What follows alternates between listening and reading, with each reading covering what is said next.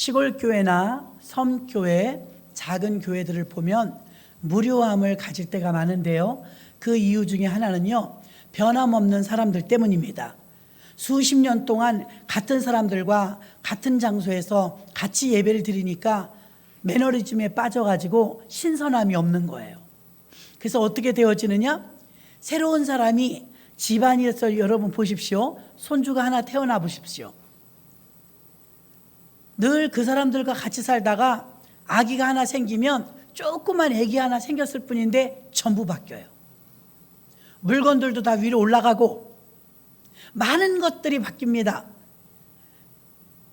그래서 교회도 마찬가지입니다. 신앙이 더 안 크고 체험도 없고 믿음 생활에 어떤 신선함도 없고 할 때는 왜 그런가 보면 새 가족이 없어요. 새 가족이 한 사람이라도 들어오면 많은 사람들이 그 사람에게 집중됩니다. 그러면서 새로운 마음을 갖게 되고, 초대교회가 왜 그렇게 왕성했냐면 날마다 새 신자가 온 거예요. 날마다 새 가족이 오니까 생명 무브먼트, 이게 항상 운동력 있죠. 여러분들이 다른 교회를 어쩌다 한번 가보십시오. 굉장히 어색합니다. 그 어색한 분위기에 여러분들이 적응하려면 참 힘들죠. 그러니까 새로운 사람들이 왔을 때 우리는 익숙하지만 새로운 사람이 오셨을 때는 적응하기가 힘들다는 걸 감안해야 됩니다. 그래서 여러분들, 먼저 오신 여러분들이 많은 배려가 필요한 줄 믿습니다. 그분들 입장에서 보는 거예요. 예전에도 보니까 아이 하나가 자꾸만 껌을 달라는 거예요. 껌이 없다니까 냉장고에 껌을 숨겨놓고 안 준다는 거예요. 껌이 진짜 없다 그랬더니 껌이 있대요. 그 냉장고를 열어줬죠. 봐라, 없지 않냐. 볼에 있대. 똑같은 냉장고를 쳐다보는데 내 눈에는 없는데 걔 눈에는 있대요. 하고 제가 이렇게 키를 낮춰봤어요. 그 아이의 입장으로. 그랬더니 이 냉장고가 유리 아닙니까? 칸칸이. 껌이 하나 있는 거예요. 저는 안 보이는데 뒤로 들어가서 쑥 떨어졌던 거죠. 아이 눈에는 아래에서 보니까 껌만 보이는 거예요. 그래서 여러분, 그 입장이란 게 그렇게 다릅니다. 우린 냉장고를 수도 없이 열었지만 껌이 보이지 않았어요. 근데 그 아이처럼 낮은 키로 내려가 보니까 껌이 보였어요. 그와 마찬가지로 교회도 마찬가지입니다. 어떤 분은 어머, 여기 교회 여자 목사님이네, 이런 분도 있을 거예요. 여러분들은 너무 익숙하죠. 처음 오시는 분은 모르고 예배 드리러 왔는데 여자 목사님이시다. 그러면 갸우뚱하면서 반신반의하면서 예배를 드리실 거예요. 그러니까 여러분이 상대를 배려한다는 건 사소한 것부터입니다. 그들이 적응하기 좋도록 편안한 자리가 될 수 있도록 오래된 가족처럼 여러분들이 이렇게 새로 오신 분들에게도 친절하고 가까이 하시면 그분들이 정착하시는데 한결 쉬울 것입니다. 아멘. 만약에 여러분들이 그것을 하지 않으면 매일 보는 사람만 봐야 돼요. 그럼 여러분 신앙에도 변동이 없어요. 무브먼트, 생명운동이 일어나지 않습니다. 제가 뉴스를 어제 발표된 따끈따끈한 뉴스가 하나 있는데요. 전 세계에서 가장 강력한 국가는 어디일까? 가장 강력한 국가. 우리는 200개나 되는 나라인데 우리가 생각할 때 어떤 나라일까? 뭐 부자 나라라고 하면 순위가 있겠지만 이거는 가장 강력한 국가를 했는데요. 1위가 미국이었어요. 예상했겠죠? 2위는 중국이었어요. 3위는 땅이 커서요, 러시아였고요. 4위는 독일이었어요. 5위는 영국이에요. 6위가 이제 이게 우리예요. 근데 우리가 작년에 8위를 했다네요. 8위. 그 놀라운 것은 작년에 6위가 일본, 올해 8위가 일본, 올해 우리가 6위, 일본이 8위. 바꾼 거예요. 일본에서 어떻겠어요? 마음이 좋진 않겠죠. 자, 그런데 7위가 프랑스고요, 8위가 일본이고 9위가 아랍. 제가 10위까지만 적어왔어요. 10위가 이스라엘이에요. 이스라엘이 굉장히 강력하거든요. 근데 우리나라가 6위를 했어요. 근데 제일 우리가 눈여겨봐야 될 나라가 어떤 나라냐면 우크라이나. 우크라이나 지금 전쟁 중이잖아요. 무슨 강력해요, 그 나라가요? 근데 이 나라가 작년에 33위였대요.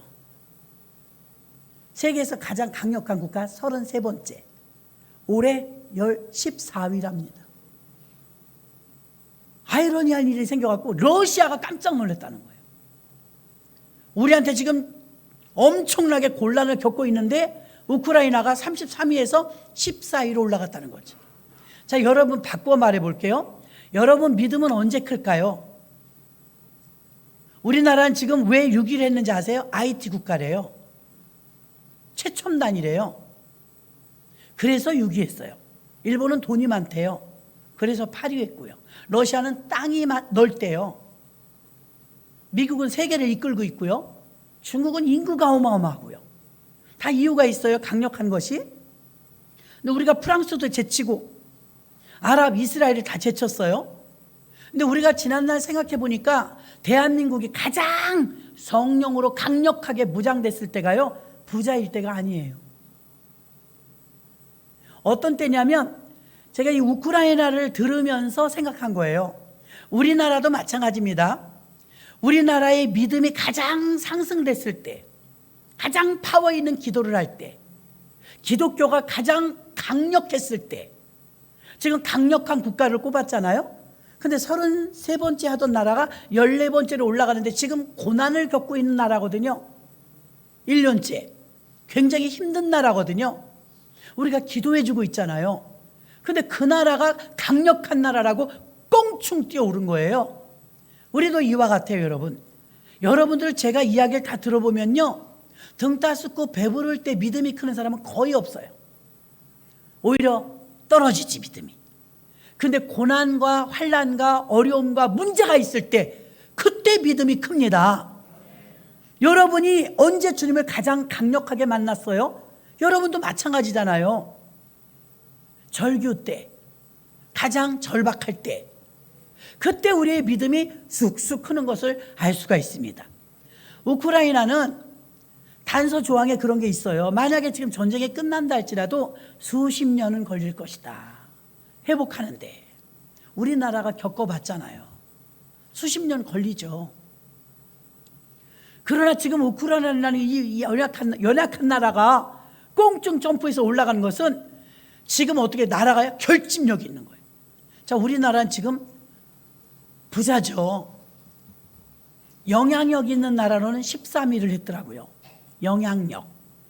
뭐 K-팝이라든가 우리가 이 IT 국가라든가 장점이 많죠. 전 세계에서 우리는 10위권에 또 6위 이런 그 상층에 우리나라가 있다는 자체가 우리가 퀄리티가 올라갔으니까 참으로 감사해야 될 줄로 믿습니다. 대한민국의 경제가 가장 성장했을 때, 그때는 언제냐? 그때는 한국교회가 깨어서 기도할 때였습니다. 애기 업고도 기도하고 보따리 싸갖고 기도 동산에 올라가고 그렇게 기도했더니 경제도 같이 올라갔어요. 하나님이 이 나라를 계속해서 높여주고 계시고 해외 선교를 나가보면 코리아 무명의 나라였었어요. 지금 코리아라고 하면 민간인에게도 사인을 받으려고 해요. 우리가 뭘 한 게 있다고요? 연예인들이 유명해지고 드라마 영화가 유명해지고 노래가 유명해지고 또 우리나라 제품이 유명해지니까 우리나라 자체가 유명해진 줄로 믿습니다. 하나님이 높여주셨어요. 그래서 지금 이 브랜드를 가지고 전 세계에 나가서 예수를 증거하면요, 우리 코리아에서 왔다는 무시를 하지 않아요. 그것은 하나님께서 K-팝이라든가 K 열풍을 높여주셔서 나라를 높여주시려고 한 의도라기보다는 대한민국이 밖에 나가서 복음을 역수출할 때 하나님이 탄탄하게 길을 닦아주시는 것인 줄로 믿습니다. 무시하지 못해요. 그래서 무브먼트 운동이 일어나는데 우리나라는 지금 부자가 되면 될수록 자꾸 분열이 돼요. 우크라이나는 하나가 되잖아요. 어려우니까. 뭉치지 않으면 죽죠. 파탄나죠. 지금 얼마나 절대절명의 시간이겠습니까? 우리 이렇게 편안하게 예배드리지만 폭격 맞아갖고 나라가 우리 6.25 때랑 똑같더라고요. 참담합니다. 그런데 그 국민들의 마음은 어때요? 대통령을 중심으로 하나 된 거예요. 믿습니까? 어렵고 힘들지만.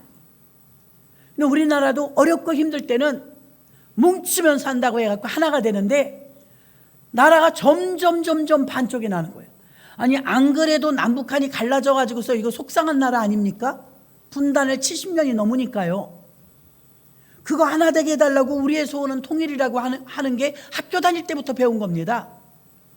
통일은커녕 반쪽이 또 반쪽이 나서 대부분 기독교인들은 우파요, 세상 사람들 좌파요. 여러분 예수 믿는 사람은 12지신이라고 해서 띠 있죠, 띠. 권사님 띠가 무슨 띠야? 나 뱀띠야. 그럼 봄에 강성하겠네? 권사님 띠가 무슨 띠야? 백말띠야? 아이고 역마살 깨듯이 나가야 되겠네? 장로님은 띠가 무슨 띠예요? 호랑이 띠. 아이고 성질 있겠네? 여러분 이런 말 하시면 안 돼요. 우리 예수띠입니다. 믿습니까? 예수띠. 그렇게 짐승이 되고 싶으세요? 그럼 불신세계에서 만들어 놓은 틀 아닙니까? 그거 받아들이면 안 돼요. 근데 우리 성경에서 뭐라 그래요? 좌로나 우로나 치우치지 말래요. 그런데 극좌, 극우, 그 나라를 자꾸 반쪽 만드는 것입니다. 하나 되어야 될 줄로 믿습니다. 하나 되는 일이라면 내가 좀 손해보는 것 같고 내가 좀 내 의견이 무시되는 것 같아도 하나 되는 일이라면 사력을 다해야 돼요. 근데 대부분 가끔은요 주도권을 가지고자 하는 사람이 있어요. 그래서 어떤 노동단체도 있고요, 시민단체도 있고요, 교인들 중에서도요 어떤 주도권을 쥐려고, 그래야 직성이 풀려요. 하나님의 영은 그렇게 하지 않습니다. 하나님의 영은 화합하고 하나 되게 하시는 줄 믿습니다. 그래서 올해 우리는 2023년도에요 연합과 일치와 하나됨을 위해서 달려나가는 그런 X 공동체로서 슬로건을 걸고, 여러분들 극우나 극좌나 자꾸 편가르게 하지 아니하고, 여러분 극우를 가지고 꼰대야 그러는 분도 있지만 그러는 사람은 극좌예요. 가족들이 명절만 되면, 곧 명절이 다가옵니다. 명절만 되면 집안에서 싸움이 난대요. 어른들 패, 젊은이들 패. 왜요?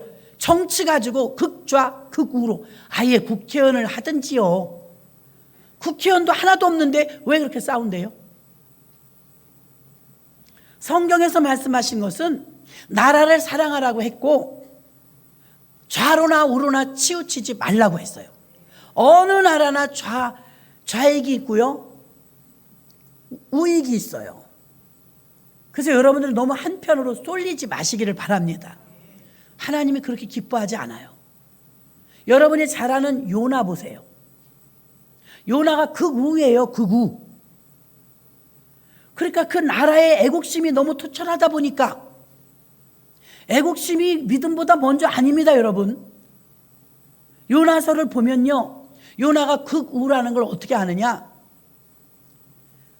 이스라엘을 괴롭히는 나라가 있는데 그게 아수르예요. 아수르의 수도가 니느웨예요. 그 아수르의 수도가 니느웨인데 하나님이 극우인 이 요나에게 아수르를, 그것도 수도인 니느웨를 가라는 거예요. 왜 가냐니까 빨리 복음을 증거하라는 거예요.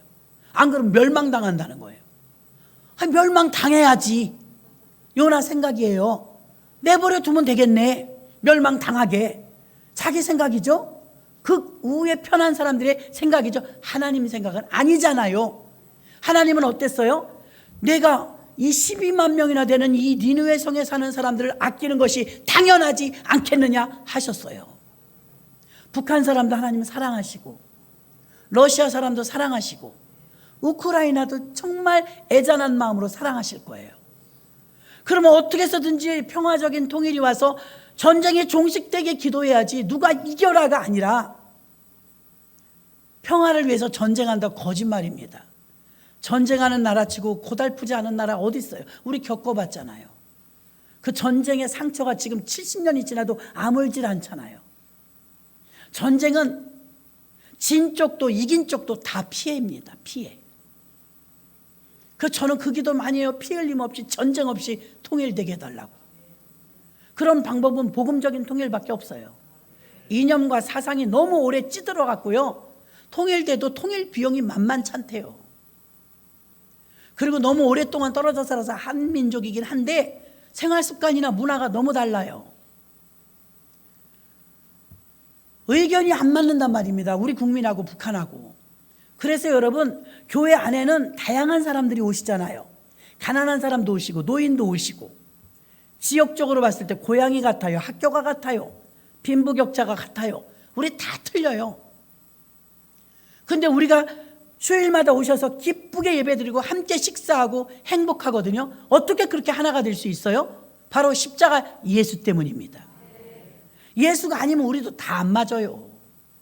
세상에 나가보세요. 이런 단체가 있나? 이렇게 골고루 모인 단체가 있나 보세요. 고향이 같든지 학교가 같든지 나이가 같든지 직업이 같든지 직장이 같든지 뭐든지 뭐가 맞아야 공유를 하는 거예요. 교회는 다 안 맞아요. 그런데 잘 맞거든요. 그래서 여러분, 통일 어림없어요. 북한과 남한이 합쳐놔도 또 싸워요. 그런데 복음으로 통일되면 하나 될 수 있어요. 그래서 평화 통일, 이제 그런 얘기 하지 마세요. 평화를 가장한 일을 우리가 좀 많이 속았어요. 평화 통일이 아니라 복음 통일입니다. 우리가 선교하는 것처럼 복음 통일에 받아들여집니다. 거긴 돈이 없어요. 먹을 게 없어요. 우린 먹을 게 남아 돌아요. 우린 돈이 있어요. 거기는 개발할 자원이 있어요. 우린 자원이 없어요. 거기는 자원을 개발할 돈도 없고 능력도 없어요. 기술도 없어요. 우린 기술이 있어요. 그러니 북한하고 남한하고 한마음이 돼서 합치기만 하면 지금 6.2요? 6.2? 1등도 바라볼 수 있어요. 아멘? 남북한이 합쳐지면요 1등도 바라볼 수 있다니까요. 북한만 열면 어떻게 되느냐? 실크로드의 세계가 열려 러시아까지 기차 타고 가요. 물류 비용이 얼마나 절약되는지 알아요? 기차로 실어 나르면 비행기나 배보다 빠르고 안전하고 싸요. 근데 북한 때문에 지금 이게 철도가 못 뚫리는 거잖아요. 근데 북한만 열리면 뻥 뚫려갖고 러시아까지 간단 말입니다. 기차 타고. 그럼 우리도 기차 여행 갑시다. 그때 얼마나 좋아요. 이미 다 만들어져 있어요. 북한만 연결되면 되거든요.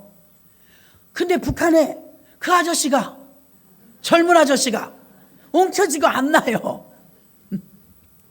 젊은 아저씨가 후덥하게 생겼는데 좀 신식 공부했으니까 나는 다른 나라에 망명 가겠다. 돈 많으니까 그냥 떠나가 주셨으면 좋겠어. 그리고 이제 남한한테 맡기면 좀 잘 성장시킬까요? 그래서 복음 통일 되어야 됩니다. 복음 통일. 나라가 어려움을 겪을 때 결속력은 잘 돼요.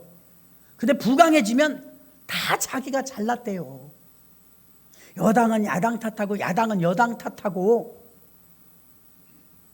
기업주는 노사 탓하고, 노동자들은 사주 탓하고, 농민은 쌀값 안정하라고 그러고, 노동자는 근로조건 완화시키라고 그러고, 요구 조건만 자꾸 늘어나요.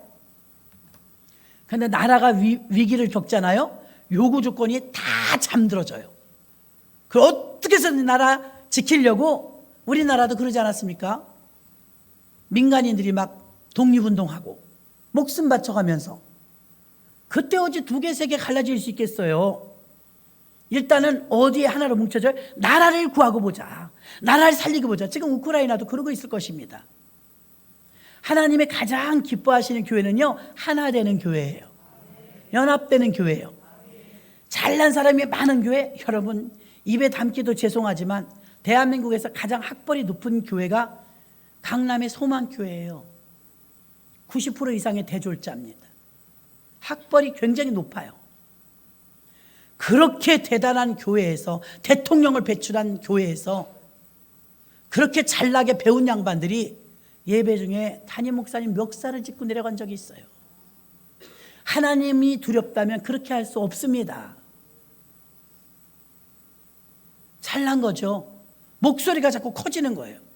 어떤 기득권을 누리려고 한다면 어떤 카르텔을, 권력도 마찬가지고 정치도 마찬가지고 교회도 마찬가지고 여러분 직분도 마찬가지. 하나님이 충성하고 섬기라고 직분을 주셨더니 그게 권력의 카르텔이 돼갖고 내 허락 안 받고 그런 거 하면 안 돼, 이렇게 되면 안 돼요.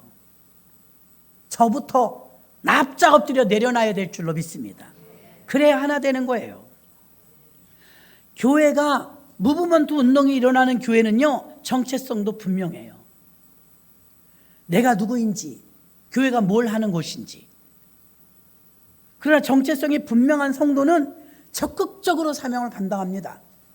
그러나 내가 누군지 갈팡질팡하는 사람은요, 절대로 적극적이지 않아요. 그냥 종교인처럼 주일이니까 교회 와서 앉아있다가 예배드리고 돌아가는 정도입니다. 예수님은 요한복음 오늘 17장을 통해서 마지막 최후의 기도를 하고 계세요. 이게 기도예요. 지금 읽으신 본문의 말씀이 기도입니다. 예수님 마지막 기도, 최후의 기도인데, 기도 내용을 보면서 주님이 33년 반을 살았는데 평생 살면서 그가 어떻게 살았는지 발자취를 기도 중에 다 나와요. 그 중에 제가 3가지를 뽑아봤어요. 예수님은 유언처럼 하는 이 마지막 기도에서 당신이 어떻게 살았다는 걸 말해주고 있거든요. 그래서 오늘 제목이 무엇입니까? 예수님 닮아야 우리가 승리한다, 이 말입니다. 예수님은 패배자가 아니에요. 십자가에서 달려 죽으셨지만 그분이 부활하셨으니까 승리자인 줄로 믿습니다.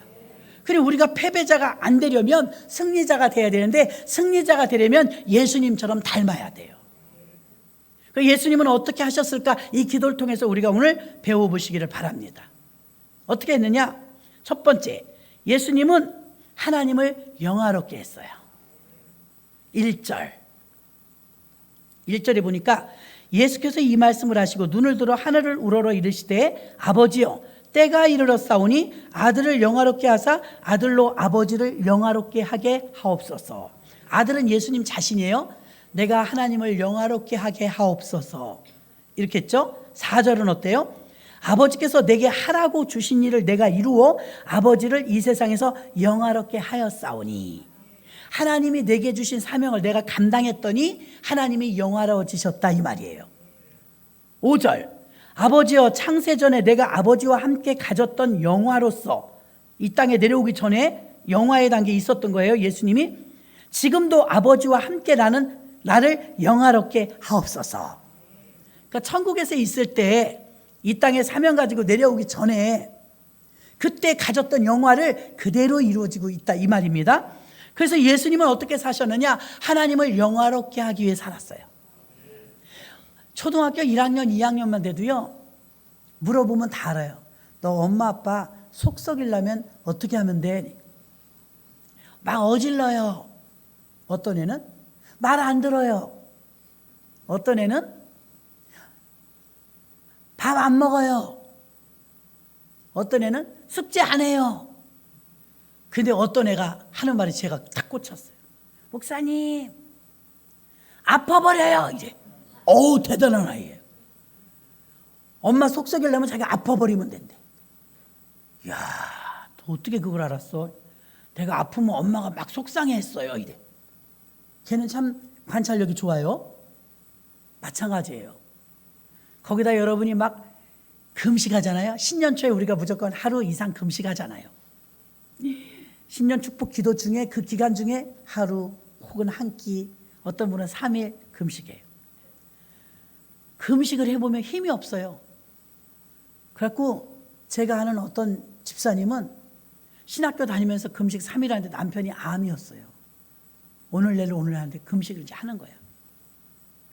신학교 갔다 오는데 나이가 젊으니까 자리를 양보해 주지 않더래요. 3일째인데 죽을 것 같더래. 막 어지럽고 힘들어가.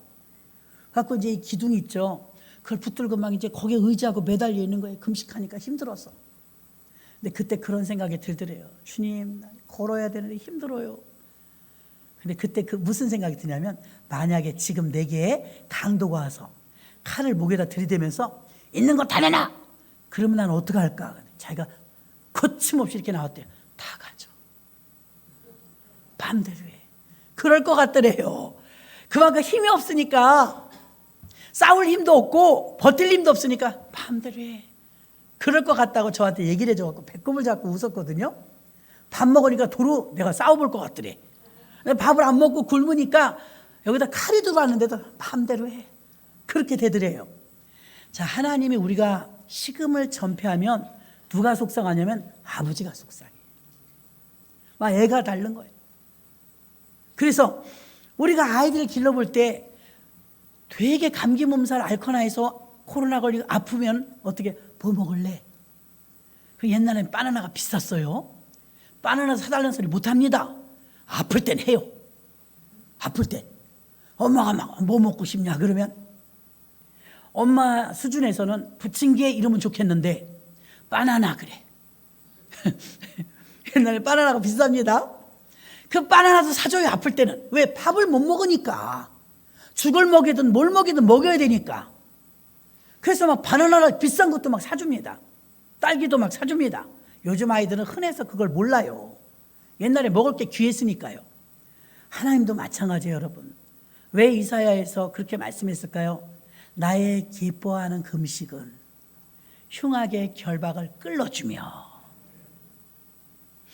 내 새끼가 굶으면서 뭔가 소원이 있으니까 내가 너에게 무엇하여 줄까? 그랬더니 3일 금식했더니 수령 나라의 절반이라도 주겠노라 막 이러잖아요. 에스더 왕비에게. 하나님께서는 약속하셨어요.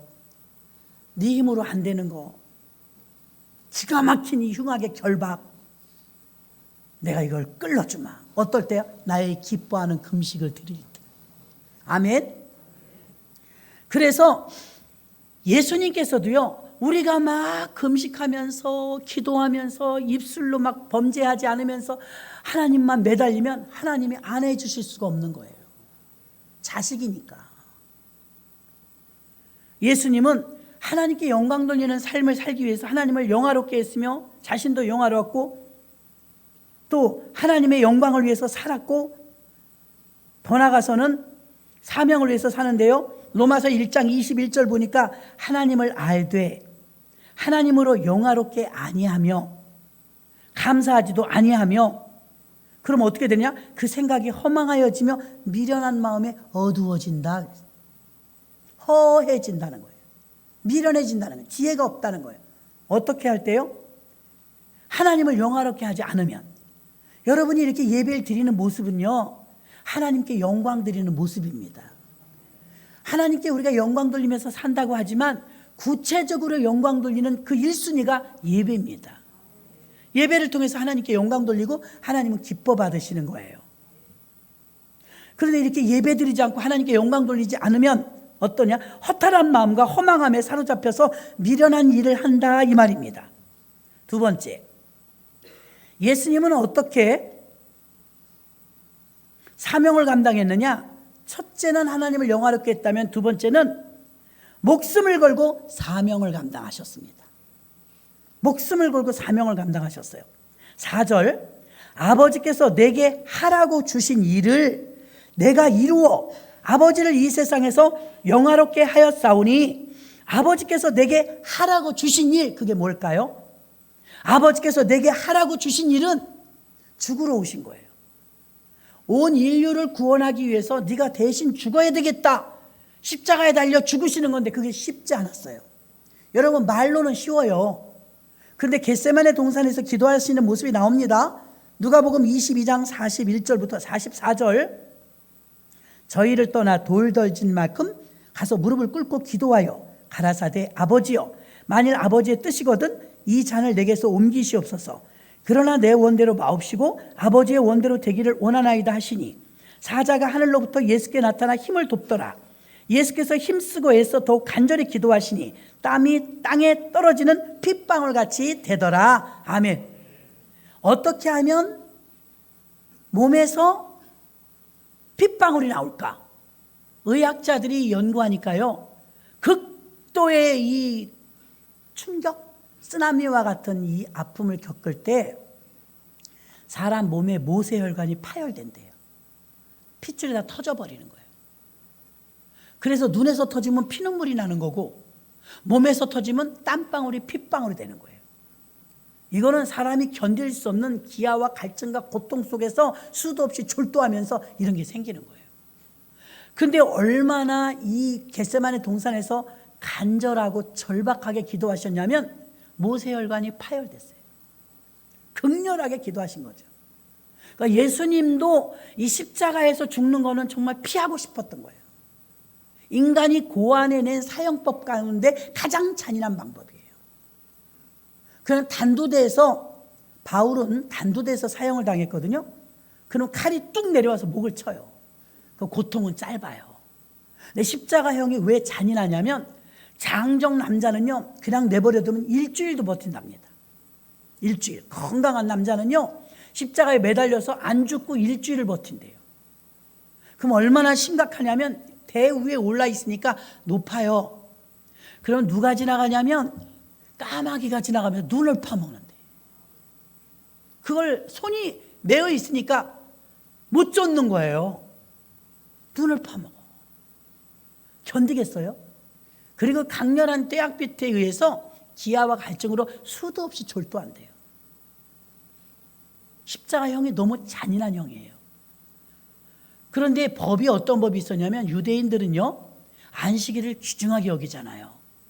근데 안식일까지 시체를 거기다 두는 걸 싫어해요. 그러니까 안식일 전에는 시신을 치워야 되는데 어떤 사람 건강한 젊은 남자들 안 죽는 거예요. 그래서 창을 찌르는 거예요. 빨리 죽으라고. 뼈를 꺾는 거예요. 시편에 봐요. 예수님은 뼈가 꺾이지 않을 것이라고 예언되어 있었거든요. 그 우편강도 좌편강도가 아직 안 죽었어요. 뼈를 꺾어버렸어요. 예수님은요 이미 운명하셨거든요. 예수님은 6시간 만에 돌아가셨어요. 왜 그렇게 빨리 돌아가셨을까요? 젊은이가 탈진. 전날 고문당했죠. 십자가 이거 150근입니다. 이걸 메고 800m 걸어 올라갔어요. 탈진이라 수도 없이 쓰러진 거예요. 먹지 못했죠. 목요일부터 예수님은 금요일에 돌아가실 때까지 몸이 고통을 이루 말할 수 없이 채찍에 맞았죠. 가시 면류관을 쓴 것은요 그 나라는 떼약빛이 세기 때문에 우리나라 아카시아가에 있는 그 가시와 완전 상대가 안 됩니다. 탱자나무 가시는요 굉장히 억세요. 근데 이 가시로다가 엉키를 이렇게 해갖고 콱 눌렀는데 이 누를 때요 들어갈 땐 들어가는데 안 나와요. 살에 푹 박혀갖고 이걸 빼려면 찢어지는 거예요. 살이. 채찍은 어때요? 상하 뼈 조각이에요. 상하로 도장 만드는 거 아시죠? 얼마나 단단하면. 상하 뼈 조각이 굉장히 강해요. 이걸 끝에다가 노끈 끝에다가 맨 거예요. 갈아서. 그럼 이거를 탁 치잖아요.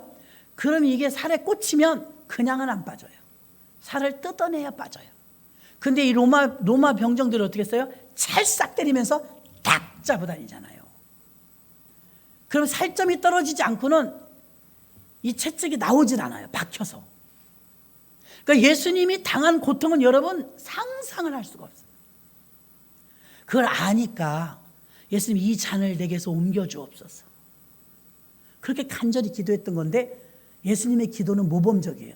그러나 내 원대로 마옵시고 아버지의 원대로 되기를 원하나이다. 내 뜻대로가 아니라 아버지 뜻대로 했어요. 그리고 십자가를 지시죠. 이렇게 목숨을 걸고 아버지의 뜻을 이뤄낸 것을 알 수가 있습니다. 애절한 그의 간구가 있었지만 사명 때문에 결국은 십자가를 거부하지 않고 십자가를 지면 죽는다는 거 알았지만 십자가를 지신 줄로 믿습니다. 그리고 제자들에게 이렇게 말합니다. 마태복음 16장 24절에 이에 예수께서 제자들에게 이르시되 아무든지 나를 따라오려거든 자기를 부인하고 자기 십자가를 지고 나를 쫓을 것이니라. 아멘. 자기 부인이 뭐예요? 자기 부인은 내 생각에는 내가 나를 내려놓으라 이 말이에요. 내 의견을 내려놓으라 이 말이에요. 교회가 시끄러운 교회, 싸우는 교회는 왜 그래요? 의견이 많아서 그래요. 다 자기가 옳다고 생각해서 그래요. 그거를 자기의 주도권을 내려놔야 합니다. 내가 양보하더라도 나하고 좀 안 맞더라도 여기는 사회가 아니에요. 어떤 사람들은 말합니다. 민주주의 국가에서 민주주의를 해야지. 아니 뭐 명령적으로 그렇게 하냐고. 이 하나님 자체가 신본주의예요. 민주주의 아니에요. 오히려 예수님을 죽인 게 민주주의입니다. 십자가에 못 박아서서 그 목소리가 커서 이겼잖아요, 빌라도를. 그래서 죽은 거예요. 독재입니다. 신본주의 독재, 철저하게. 그 믿음의 성경에 나오는 많은 거장들은요, 하나님이 독재인 걸 알면서도요, 거기다 수긍을 했어요. 그 독재는 우리를 나쁘게 하는 독재가 아니요, 우리를 살리는 독재인 줄 믿습니다. 그래서 하나님 자체는 신본주의는 독재예요. 그런데 요즘 민주주의 사이에서 어떻게 교회에서 그렇게 헌신하고 충성하라고 강요할 수가 있습니까? 믿음이 안 되면 못하는 거죠.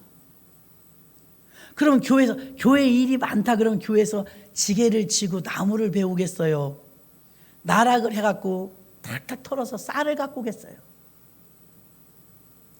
교회 안에서 아무리 수고하고 헌신하고 봉사한다 할지라도 생노동을 하진 않습니다. 다만 영혼 구원을 위해서 전도하다가 핍박받기도 하고 욕먹을 때도 있죠. 그것을 감수하면 복이 되는 줄로 믿습니다. 내가 예수를 제대로 믿으면 손해봐요, 여러분. 왜? 너무나 집단 이기주의와 개인 이기주의가 팽배한 이 나라에서 누가 손해보려고 해요? 예수 믿는 사람이 한 번 들어주고 두 번 들어주고 한 번 양보하고 두 번 양보하면 당연한 줄 압니다, 사람들은. 그리고 회사에서 내가 양보하고 내가 희생하면요, 막 바보인 줄 알고 막 시킵니다. 맞아요. 예수 제대로 잘 믿으면 손해봐요. 그러나 보상은 하나님이 해주십니다. 반드시 해주십니다.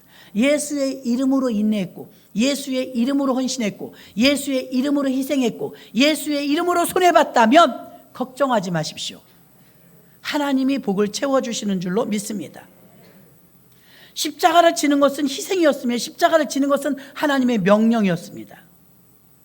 그래서 그것을 십자가를 지고 결국은 승리하셨죠. 두 번째는 사명의 목숨을 걸었다 이 말입니다. 바울도 이렇게 말했습니다. 사도행전 20장 24절에 나의 달려갈 길과 주 예수께 받은 사명 곧 하나님의 은혜의 복음 증거하는 일을 마치려 하면은 나의 생명을 조금 더 귀한 것으로 여기지 아니하노라. 아멘. 사명을 위해서 목숨도 아깝지 않다 이거예요. 누가? 바울이. 예수님도 그랬고요. 오늘 우리가 제목을 뭐라 그랬습니까? 예수님을 닮는 자가 승리자라고 그랬습니다. 자신의 십자가를 감당하려고 하고 십자가는 희생이고 십자가는 사명이었으며 십자가는 아픈 거였습니다. 손해보는 거였습니다. 그런데도 그 십자가를 졌더니 온 인류가 이렇게 구원을 받아 천국 갈 수 있는 기회를 주셨으니 예수님께 감사합니다. 마지막 세 번째, 예수님은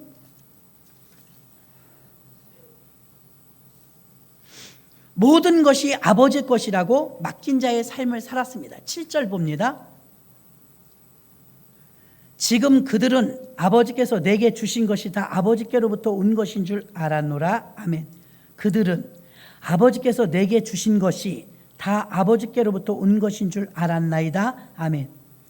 여러분, 남편, 아내, 자식, 가족, 돈, 집, 건강 다 하나님이 주신 것입니다. 그거 인정하지 않으면 예수 믿는 사람이 아니에요. 아담을 만드셨어요, 하나님이. 아담. 그런데 학교에 가니까 뭐라 그래요? 원숭이가 사람이 됐대요. 진화론으로. 저는 모태신앙이니까 어릴 때부터 하나님이 만드신 거 아는데 학교에 가니까 그렇게 정답을 쓰면 땡이에요. 틀렸다고 해요. 진화론을 받아들여서 찰스 다윈도 자기가 그렇게 주장하려고 했던 사람은 아니에요. 논문을 그렇게 썼을 뿐이에요. 가설이었습니다. 그런데 이거를 막 매스컴들이 또 사람들이 전달하면서 이걸 막 학문화 시켜버렸죠. 찰스 다윈 자기 자신도요, 반드시 원숭이가 사람이 됐다고 말하지 않았어요. 자기도 구원받지 못하고 가는데요. 근데 그 사람도 그렇게 말하는데 그 사람이 말한 학설이요 논문을 가지고서 전 세계가 그걸 갖고 공부하고 있는 거예요. 근데 성경은 그렇게 말하고 있지 않거든요. 하나님이 흙으로 빚어서 코에다 생기를 불어넣으니 아담이 되었더라.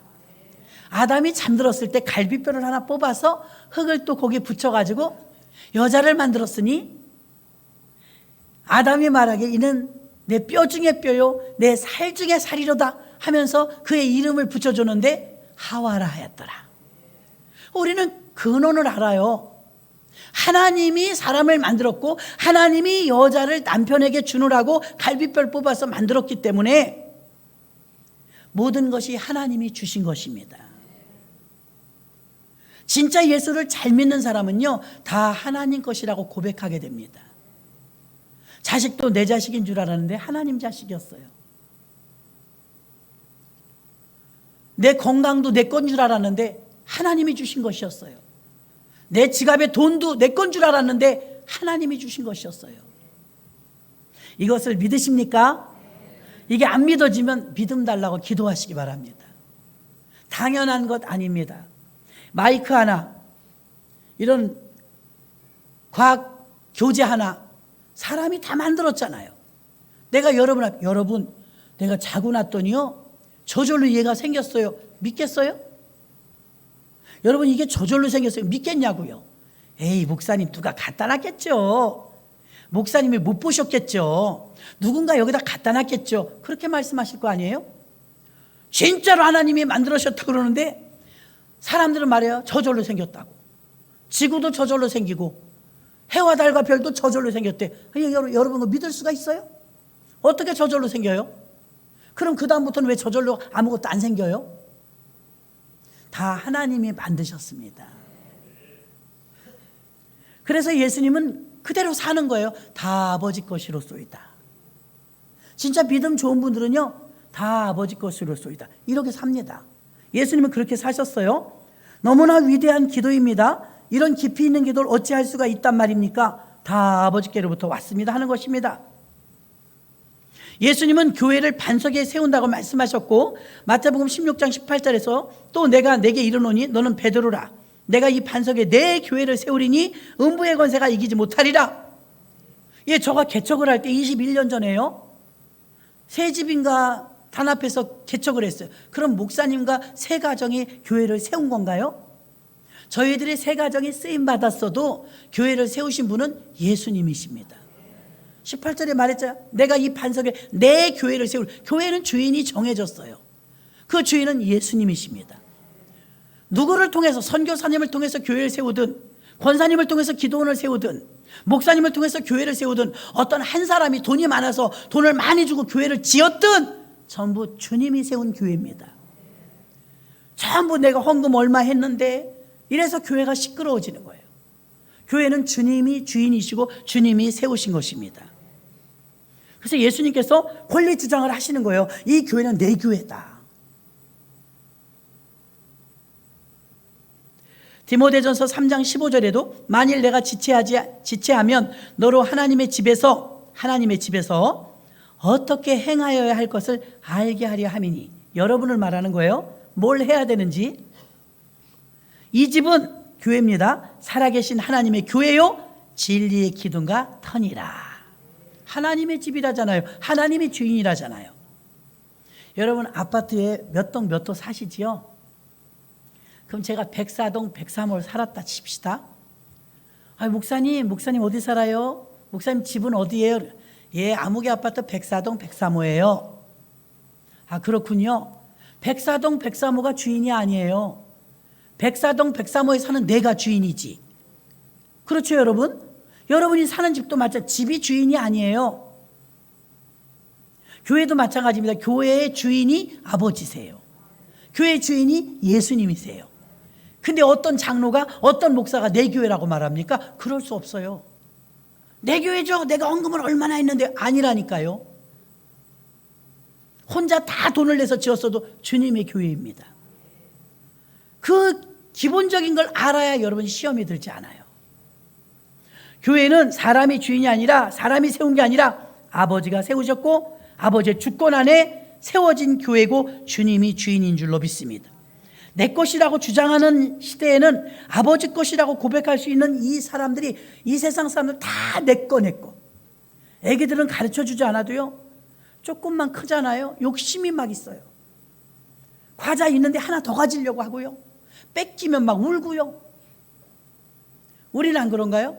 우린 과자는 아니지만 더 큰 집 갖고 싶어 하고요, 더 큰 차 타고 싶어 하고요, 더 많은 돈 벌고 싶어 하고요. 우리나라는 좀 부끄럽게도 돈이 최고의 우상이에요. 만문신을 숭배하고 있다니까요.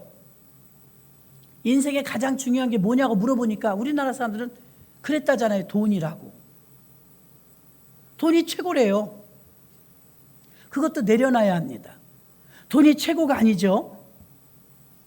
사도행전 2장 44절로 45절에 보니까 믿는 사람들이 다 함께 있어 모든 물건을 서로 통용하고 또 재산과 소유를 팔아 각 사람의 필요를 따라 나눠주고, 지키려고 하면 점점 행복하지 않아요. 평안이 없어요. 그런데 나눠주고 베풀면 평안해요. 더 마음이 풍요해집니다. 그 초대교회는 어떤 역사가 있었습니까? 지난주에 원형교회란 이런 교회다 그랬죠. 원형교회는 네 것 내 것이 없이 막 나눠줬대요. 베풀었대요. 부자는 가져와서 풀었고요, 가난한 자 교회 와서 혜택을 입었대요. 농경사회에서는요, 여자분들이 나가서 돈 벌어서 먹고 살 일이 없어요. 이스라엘은 전쟁을 많이 겪어서 미망인이 많았어요. 초대교회도요, 예루살렘 초대교회는 미망인이 많았어요. 그래서 막 구제를 좀 해야 되는데 가난한 사람이 많았단 말입니다, 교회에. 그런 와중에 바나바와 같이 부유했던 사람은요, 자기 재산을 막 팔아가지고 사도들의 발 앞에 갖다 주는 거예요. 이번에 구제연금으로 쓰세요 하고. 내 것을 내 것이라고 다 우성치면서 내 것을 더 챙기려고 하고요. 우리들 자체도요, 교회 다니면서도요, 어떤 사람을 높이 평가합니까? 야, 명절에 모이면 아무개야, 조카야, 너 연봉이 얼마냐, 너 무슨 회사 다니냐, 너 어느 대학 나왔냐, 이걸로 벌써 사람을 가늠합니다. 아주 착하고 부모님께 효도하고 부모님 모시고 잘 사는 이런 사람은 평가 기준에 들어가지도 않아요. 연봉이 얼마냐? 너 명품 하나 있냐? 차는 뭐 타냐? 국민차 타냐? 3000cc 이상 타냐? 그걸로 벌써 1등, 2등, 3등. 쟤는 잘 나가네.